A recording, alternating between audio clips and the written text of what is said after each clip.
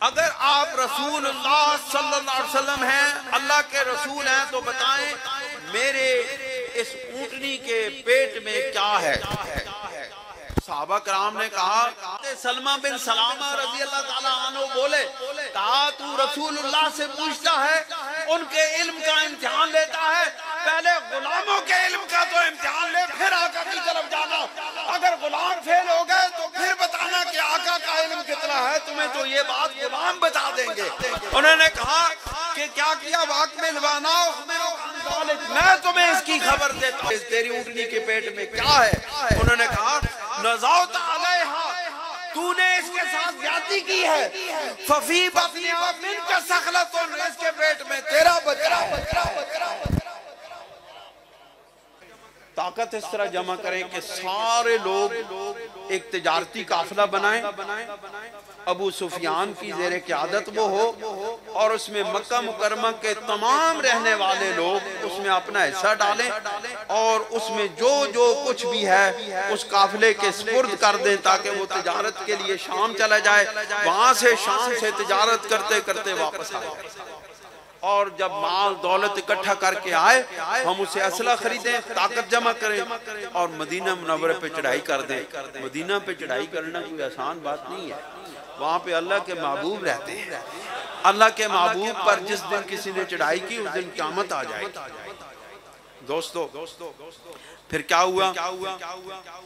اس کے متعلق جو قریش کا قافلہ گیا اس میں یہ تھا کہ واللہ، ابو سفیان کا یہ کہنا ہے، اس نے کہا کہ واللہ ما بمکہ من کرشی ولا کرشیت لہا نشی وصائدا الا باث بہ معنا۔ انہوں نے کہا کہ مکہ مکرمہ کا کوئی کرشی قریشی مرد اور کوئی قریشی عورت ایسی نہیں رہی جس نے اپنا کچھ نہ کچھ حصہ اس تجارتی قافلے میں نہ ڈالا ہو، اور وہ ابو سفیان کی قیادت میں قافلہ لے کر کے وہ تجارت کے لیے گئے۔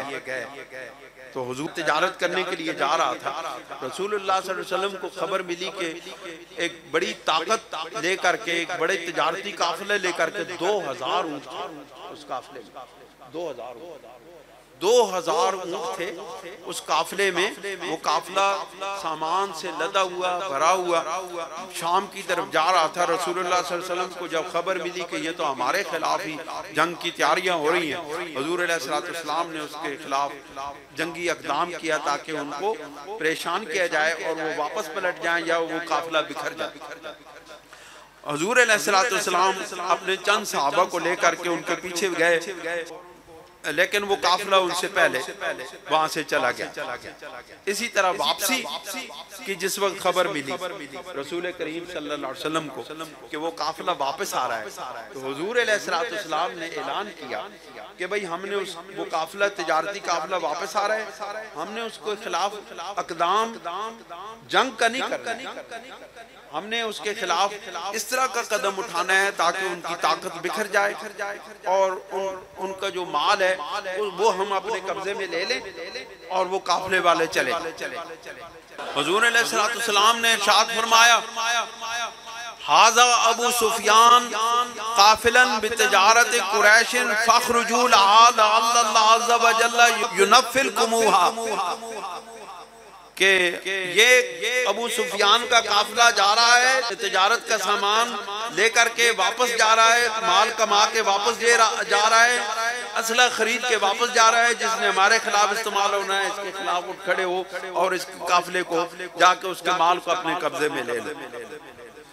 دوستو یہ ہجرت کے 19 ماہ کے بعد یہ معاملہ درپیش ہے۔ رمضان المبارک کی 12 تاریخ ہے، سید کونین صلی اللہ علیہ وسلم نے اتنی جلدی میں لوگوں کو بلایا کہ بہت سارے لوگوں تک یہ اطلاع بھی نہ پہنچ سکی، تو صرف 313 صحابہ رسول اللہ کے ساتھ باہر نکلے۔ 313 صحابہ بڑی اجلت کے ساتھ رسول اللہ صلی اللہ علیہ وسلم کے ساتھ نکلے۔ ان میں صرف حضرت مقداد بن اسود رضی اللہ تعالیٰ عنہ کے پاس ایک کوڑا تھا، ایک کوڑا، اور تقریباً 80 اونٹ تھے اور تقریباً 200-250 کلومیٹر کا فاصلہ تو ہے مدینہ منورہ سے بدر کا. تو وہاں پہ رسول اللہ صلی اللہ علیہ وسلم اس کا راستہ روکنے کے لیے نکلے. تو جب ابو سفیان کو معلوم ہوا کہ رسول اللہ صلی اللہ علیہ وسلم میرے اوپر چڑھائی کرنے آ رہے ہیں، وہ اتنا حواس باختہ ہوا کہ اس نے اپنی مدد کے لیے، اب دیکھیں اللہ تعالیٰ کس طرح گھیرتا ہے بندوں، اس نے اپنی مدد کے لیے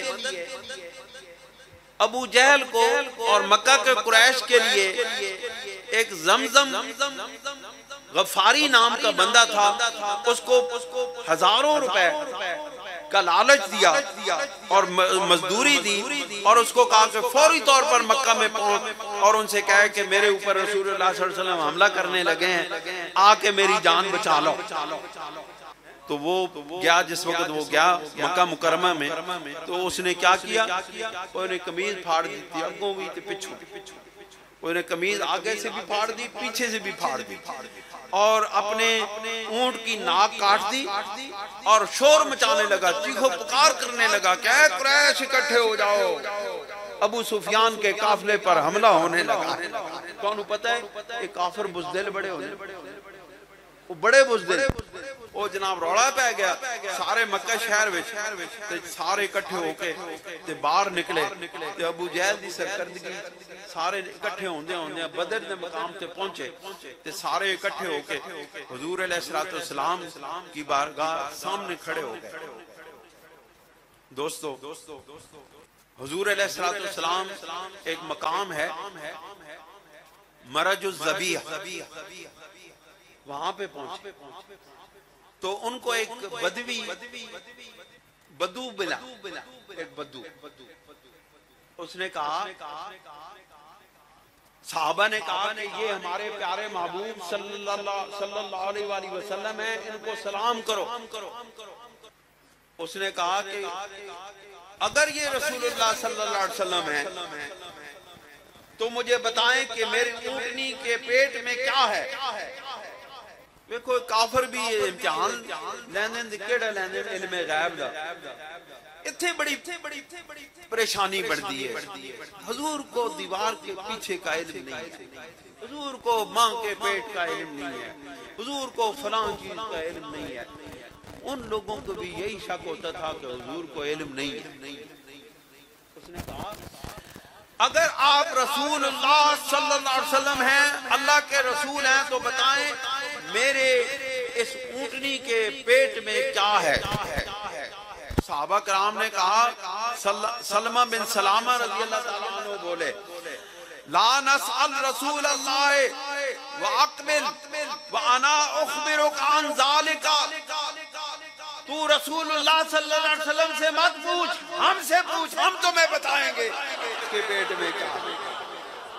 تو رسول اللہ کے علم کا امتحان لیتا ہے. سلمہ بن سلامہ رضی اللہ تعالیٰ عنہ بولے، کہا تو رسول اللہ سے پوچھتا ہے، ان کے علم کا امتحان لیتا ہے. پہلے غلاموں کے علم کا تو امتحان لے، پھر آقا کی طرف جانا. اگر غلام فیل ہو گئے تو پھر بتانا کہ آقا کا علم کتنا ہے، تمہیں تو یہ بات غلام بتا دیں گے. انہوں نے کہا کہ کیا کیا، واقع ملوانا، میں تمہیں اس کی خبر دیتا ہوں تیری اونٹنی کے پیٹ میں کیا ہے. انہوں نے کہا، نزعت علیہا، تو نے اس کے ساتھ زیادتی کی ہے، ففی بطنہا منک سخلۃ، اس کے پیٹ میں تیرا بچہ ہے. حضور علیہ السلام نے فرمایا اس کو چھوڑ دو، تمہیں نے اس کو رسوا کر دیا. اسی تو پردے رکھنا ہے، ہم تو پردے رکھنے والے ہیں، ہم تو گناہوں کو پوشیدہ کرنے والے ہیں، عیبوں کو ڈھانپنے والے ہیں. ہمارا یہ کام نہیں ہے. اگر یہ ہم پر الزام لگاتا ہے، ہمارے علم کا امتحان لیتا تو لینے دے، ہم اس کی کوئی بات واضح نہیں کرتے. رسول اللہ سے نہیں لگا. رسول صحابہ بول پڑے نا، صحابہ نے کہا ساڑھے رسول اللہ کو پوچھنے، اسی طرح دسنے کہ تیرے کی حساب ہے. دوستو حضور علیہ السلام آگے بڑھے. ایک مقام زفران ہے، وہاں پر پہنچے تو حضور علیہ السلام نے صحابہ کو اکٹھا کیا کہ یہ بے سر و سامان لوگ ہیں، پتہ نہیں ان کے دل میں کیا آئے کہ رسول اللہ ہمیں جنگ کے لیے چلتے ہیں، ان کے پاس نہ تلواریں ہیں، نہ نیزے ہیں، نہ تیر ہیں، نہ تفنگ ہیں، نہ کوئی اسلحہ ہے، نہ جوتے ہیں پاؤں میں، نہ بدن پہ کپڑے ہیں، تو ہم ان کو لیے جا رہے ہیں، ان سے پوچھ تو لیں کہ کیا ہے۔ تو رسول اللہ صلی اللہ علیہ وسلم نے ان کی مجلس سے مشاورت بلائی۔ رسول اللہ نے پوچھا کہ ہمیں کیا کرنا چاہیے، مشورہ دو۔ حضرت سعد بن معاذ رضی اللہ تعالیٰ عنہ بول پڑے، انہوں نے کہا کہ فقد آمنا بکا، یا رسول اللہ ہم آپ پر ایمان لائے ہیں، کوئی ویسی بات نہیں، ہم ایمان لائے ہیں، فقد آمنا بکا، اے میرے محبوب ہم آپ پر ایمان لائے ہیں، تواڈی گل تے ایمان لے آندا ہے، تواڈی گل تے یقین کیتا ہے، تواڈے کہنے تے خدا نو منیا ہے۔ آپ نے کہا رب ایک ہے، ہم نے کہا رب ایک ہے۔ آپ نے کہا رب خالق ہے، ہم نے کہا رب خالق ہے۔ آپ نے کہا رب مالک ہے، ہم نے کہا رب مالک ہے۔ آپ نے کہا قیامت ہے، ہم نے کہا قیامت ہے۔ آپ نے کہا روز حشر ہے، ہم نے کہا روز حشر ہے۔ آپ نے کہا حساب ہوگا، ہم نے کہا حساب ہوگا۔ آپ نے کہا قبر ہے، ہم نے کہا قبر ہے۔ آپ نے کہا قبر میں سوال ہوں گے، ہم نے کہا قبر میں سوال ہوں گے۔ آمنا بکا، ہم آپ پر ایمان لائے۔ وَصَدَقْنَاكَ، اور ہم نے آپ کی سچائی پر گواہی دی ہے۔ وَشَهِدْنَا، اور ہم نے گواہی دی ہے أَنَّمَا جِئْتَ، جو آپ لے کر آئے ہیں، بِهِ هُوَ الْحَقُّ، وہ حق ہے۔ وَآتَيْنَاكَ عَلَى ذَلِكَ عَهُودَنَا، اور ہم نے آپ کو عہد دیے ہیں، وعدہ کیا آپ سے۔ وَمَوَاثِيقَنَا، اور ہم نے پختہ وعدے کیے، عَلَى السَّمْعِ وَالطَّاعَةِ، سننے پر اور اطاعت کرنے پر۔ جو کچھ ہم سنیں گے اس کی اطاعت کریں گے۔ اے نہیں پوچھیں گے کہ کی آنکھ ہے جی، ذرا ایک باری پھر دسے ہو جی کی کرنا ہے، بس رسول اللہ نے فرما دیا، زبان عطر سے بات نکل گئی اور ادھر سے اطاعت ہو گئی۔ یہ ہے سمع و اطاعت کا اصول جو قیامت تک باقی رہنا ہے، جب تک اسلام باقی رہنا ہے۔ اور ہماری آج یکجہتی کیوں نہیں ہے؟ مسلمان کیوں بکھرے ہوئے ہیں؟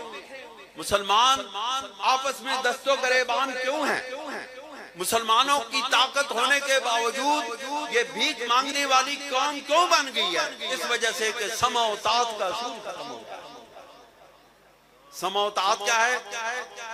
جس کو خلافت علی منہاج نبوت نصیب ہو جائے، جس کو رسول اللہ کی طریقے پر، رسول اللہ صلی اللہ علیہ وسلم کے طریقے پر خلافت کے لیے متمکن کر دیا جائے، جس وقت وہ بات کہے اس کی بات کی اطاعت کی جائے۔ جب یہ اصول قائم ہو جائے گا، دنیا پہ مسلمانوں کو عزت و آبرو مل جائے گی۔ انہوں نے کہا فم دے یا رسول اللہ لما اردت، یا رسول اللہ آپ آگے بڑھے، جو چیز کا آپ کا ارادہ ہے آپ آگے بڑھے، ہم آپ کے ساتھ ہیں۔ وَنَحْنُ مَعَكَ، ہم آپ کے ساتھ ہیں۔ فَوَالَّذِي بَعَثَكَ بِالْحَقِّ، اور قسم ہے اس ذات کی جس نے آپ کو حق کے ساتھ مبعوث کیا۔ لَوِ اسْتَارَدْتَ بِنَا الْبَحْرَ فَحُدْتَهُ لَحُدْنَاهُ، اگر آپ ہمیں حکم کریں گے نا کہ سمندر میں کود جائیں، ہم سمندر میں آپ کے پیچھے کود جائیں۔ ما تخلف منا رجل واحد، ہم میں سے کوئی ایک شخص بھی آپ کے حکم کی خلاف ورزی نہیں کرے۔ دوستو یہ ساری باتیں ہوئیں، حضور علیہ السلام ان کو لے کر کے آگے چلے گئے۔ آقا علیہ السلام پھر ایک مرتبہ انہوں نے بات کی اور پھر آپ کو آگے لے کے چلے گئے۔ حضور علیہ السلام میدان بدر میں پہنچے، میدان بدر میں جائزہ لیا اور حضور علیہ السلام کو حضرت سعد بن معاذ رضی اللہ تعالیٰ نے مشورہ دیا، یا رسول اللہ یہ میدان آپ سلیکٹ کریں اپنے لیے، اور یہ جتنے کنویں ہیں سب کو یہاں سے ختم کر دیا جائے، ایک کنواں رہنے دیا جائے جس پر ہمارا قبضہ ہو۔ رسول اللہ نے ان کی اس تجویز کو قبول کیا۔ آپ نے کہا تم نے بہت اچھا منصوبہ پیش کیا۔ پھر کہا یا رسول اللہ صلی اللہ علیہ وسلم ایک اونچی جگہ پر ایک عریش، ایک چھپر قائم کیا جائے، ایک مورچہ قائم کیا جائے جس پر آپ تشریف فرما ہو۔ دوستو جب حضور علیہ السلام نے یہ تجویز بھی پسند کر بڑی خوبصورت بات میں آپ کو بتانے چلا ہوں عشق و محبت کی. دوستو جب حضور علیہ السلام کے لیے وہ چھپر بنا دیا گیا، سایہ بنا دیا گیا، رسول اللہ صلی اللہ علیہ وسلم وہاں تشریف فرما ہوئے، اب مسئلہ پیدا ہوا کہ رسول اللہ کی حفاظت پہ کون مامور؟ صحابہ کرام حضرت علی کرم اللہ وجہ الکریم رضی اللہ تعالیٰ عنہ سے کسی نے پوچھا، اے علی آپ صحابہ کرام میں سب سے زیادہ بہادر ہیں، آپ بتائیں صحابہ میں سب سے بہادر کون ہے؟ حضرت علی کرم اللہ وجہ الکریم نے فرمایا صحابہ کرام رضوان اللہ تعالیٰ علیہم اجمعین میں سب سے زیادہ بہادر ابو بکر صدیق ہے. آپ فرماتے ہیں جب اعلان ہوا کہ رسول اللہ صلی اللہ علیہ وسلم کی حفاظت پر کون مامور ہو، عریش پر عریش کے اندر سرکار ہو، باہر پیرے پہ کون کھڑا ہو، کسی کی جرت نہ ہوئی کوئی اٹھ کے کہتا کہ میں پیرا دوں گا.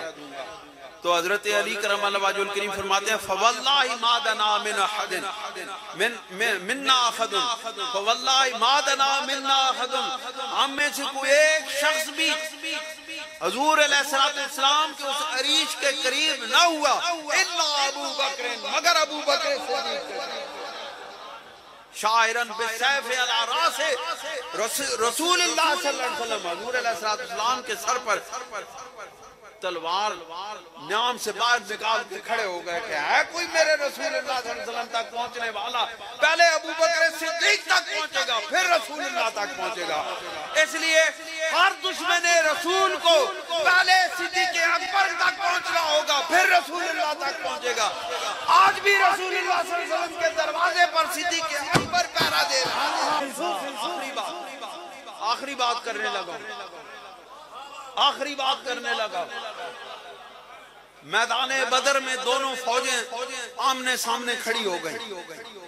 ادھر کفار ہیں، ساز و سامان سے زرہ سے بختر وہ بند جو ہیں سارے سامان حرب پہنے ہوئے، وہ سارے ایک طرف کھڑے ہیں بے سر و سامان، لیکن کائنات کے والی رسول اللہ صلی اللہ علیہ وسلم کی سرکردگی میں قدسیوں کی ایک جماعت ایک طرف کھڑی ہے، پاک ہستیاں ایک طرف کھڑی ہیں، ناپاک لوگ ایک طرف کھڑے ہیں.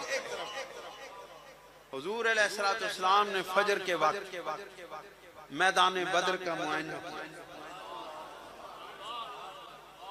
سپہ سالار اپنی فوجوں کو صفوں کو درست کرتے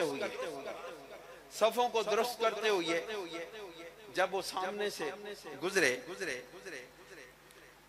تو حضور علیہ السلام میدان بدر میں تشریف لائے. حضرت انس رضی اللہ تعالیٰ عنہ ارشاد فرماتے ہیں کہ ان رسول اللہ صلی اللہ علیہ وسلم ندب اصحابہ فانطلقوا الى بدر فاذا هم بروایا قریش فیها عبد اسود لبنی الحجاج فاخذوا اصحاب رسول اللہ صلی اللہ علیہ وسلم کہ رسول اللہ صلی اللہ علیہ وسلم جس وقت صحابہ کے ساتھ میدان بدر کی طرف گئے تو ان کو ایک بندہ ملا، ان کو انہوں نے پکڑ لیا.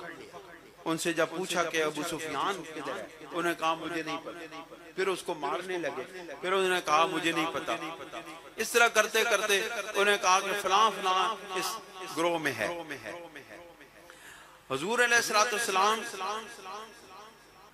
جب آمنے سامنے ہوئے، لشکر آمنے سامنے ہوئے، رسول اللہ صلی اللہ علیہ وسلم جب میدان بدر کا معائنہ کر رہے تھے تو حضرت انس کہتے ہیں کہ رسول اللہ صلی اللہ علیہ وسلم نے فرمایا ھذا مصرع فلان غدا، ھذا مصرع فلان غدا، کہ یہ فلاں کے کل مرنے کی جگہ ہے. وَوَضَعَ يَدَهُ عَلَى الْأَرْضِ، زمین پر ہاتھ رکھ کے کہا یہ فلاں کافر کے مرنے کی جگہ ہے. لوگ کہتے ہیں رسول اللہ کو کل کی خبر نہیں، رسول اللہ کو تو موت کی بھی خبر ہے کہ کب کس نے کہاں پہ مرنا ہے، کون سی زمین پہ مرنا ہے، کون سی زمین کے کس حصے پر مرنا ہے، یہ بھی رسول اللہ کو پتا. حضور علیہ السلام ہاتھ رکھ کے کہتے ھذا مسرع فلان غدا ووضع یدہ علی الارض وھذا مسرع فلان غدا ووضع یدہ علی الارض. ایک ایک جگہ پر ہاتھ لگاتے ہوئے کہتے جاتے تھے یہ فلاں جگہ فلاں بندے کی مرنے کی جگہ ہے، یہ فلاں بندے کے مرنے کی جگہ ہے، یہ فلاں کافر کے مرنے کی جگہ ہے. پھر فرمایا ما جاوز احد منہم ان موضع ید رسول اللہ صلی اللہ علیہ وسلم. ان میں سے کسی ایک نے بھی حضور سرور دو عالم صلی اللہ علیہ وسلم نے جہاں پر ہاتھ رکھے تھے ان میں سے کسی ایک نے بھی اس جگہ سے تجاوز نہیں کیا کہ رسول اللہ نے ہاتھ ادھر رکھا اور مرا ادھر. ایک ذرہ برابر بھی جہاں رسول اللہ نے ہاتھ رکھ کے کہا کہ یہاں فلاں بندہ مرے گا اسی مقام پر مرا، ایک ذرہ برابر بھی تجاوز نہ کیا. پھر کیا فامر بہم رسول اللہ صلی اللہ علیہ وسلم. حضور علیہ السلام نے ان سے کہا کہ رسول اللہ صلی اللہ علیہ وسلم نے فرمایا کہ ان کو پکڑ کے فاخذ بارجلہم فصحبوا فی کلیب بدر، کہ انہاں نو لتاں تو پکڑ کے پیراں تو نپ کے ٹنگاں تو چھک کے تے جناب سٹ دیو. اب جب صفیں درست ہو رہی تھی یہ معائنہ کرنے کے بعد حضور علیہ السلام نے حضرت عبد الرحمن بن عوف کہتے ہیں کہ رسول اللہ صلی اللہ علیہ وسلم نے ارشاد فرمایا کہ صفیں درست کریں، سارے صفیں کھلو جاؤ، فلاں بندہ فلاں بندہ فلاں بندہ. تو حضرت عبد الرحمن بن عوف کہتے ہیں صفنا رسول اللہ صلی اللہ علیہ وسلم یوم بدر لیلا. حضور علیہ السلام بدر کے جو صبح فجر کے وقت رات کا حصہ تھا اس میں صفیں درست کروا رہے تھے. صفیں درست کرتے کرتے حضور علیہ السلام وہ صحابہ کے اندر جوش تھا، تو حضرت سواد جو ہے وہ اس جوش محبت میں جوش و جذبہ میں سب سے آگے نکلا. صحابہ کے قدم آگے آگے نکلتے تھے، رسول اللہ حکم دے ہم کافروں میں ٹوٹ پڑے. حضور علیہ السلام ان سے کہتے تھے نہیں ابھی آپ اپنی صفوں میں کھڑے رہیں. تو حضور علیہ السلام نے فرمایا استوے یا سواد، تیر آپ لے آتے تھی نا تیر چبوکنے آکھیا استوے یا سواد، اے سواد سیدھے کھڑے ہو جاؤ. حضرت سواد رضی اللہ تعالیٰ عنہ بول اٹھے یا رسول اللہ صلی اللہ علیہ وسلم مجھے آپ کے اس عمل سے تکلیف پہنچی ہے، مجھے آپ نے تیر چبویا ہے، مجھے اس عمل سے مجھے اس سے تکلیف پہنچی ہے، میں نے اس کا بدلہ لینا ہے.